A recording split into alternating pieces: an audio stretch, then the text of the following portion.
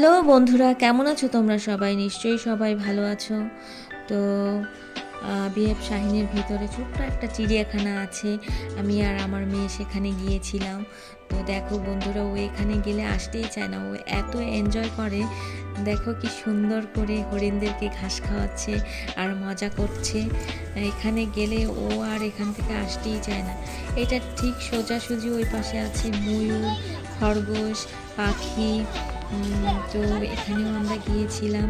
তো এখানে একটা সাদা ময়ূর পেখম মেলেছিল বন্ধুরা।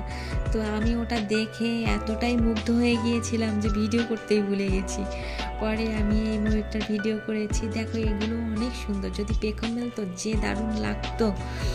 তো মেয়েটা আমার এখানে দেখছে এগুলো, আর একটা খরগোশ ওর কাছে এসেছে, ও সেটাকে ঘাস খাওয়াচ্ছে। দেখো বন্ধুরা কি মজা করছে, এটা দেখে আমারও ভীষণ খুশি লাগছে।